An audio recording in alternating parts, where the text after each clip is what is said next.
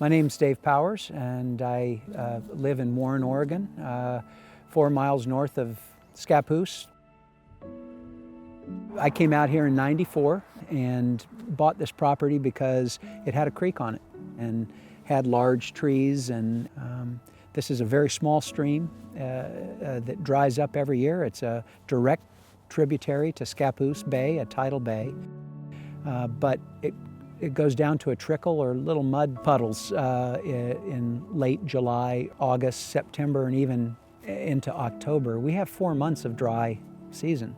And my well dried up every year for 5 years. Since the beaver have come, I've had water in my system year-round, and importantly for me, my irrigation well, which used to dry out every year. Since beaver have come in, I have been able to pump enough water to my orchard all year long. So that's a big deal to me, to have water that I can use for my tomatoes and my garden and orchard.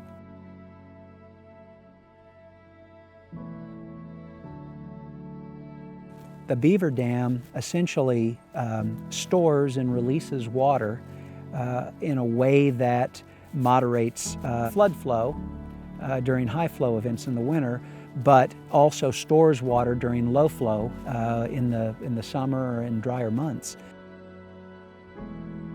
The quality of the water, the way that it's been improved, is through trapping of sediment. You can go and look at remnants of beaver dam that have captured sediment that therefore doesn't make it downstream to spawning gravels and other parts of the stream system. Now, it hasn't come without some challenges.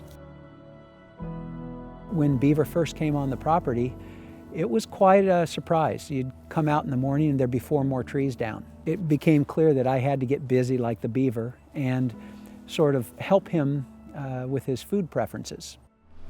Even if you just put a little chicken wire around a tree, it really takes care of your beaver problem.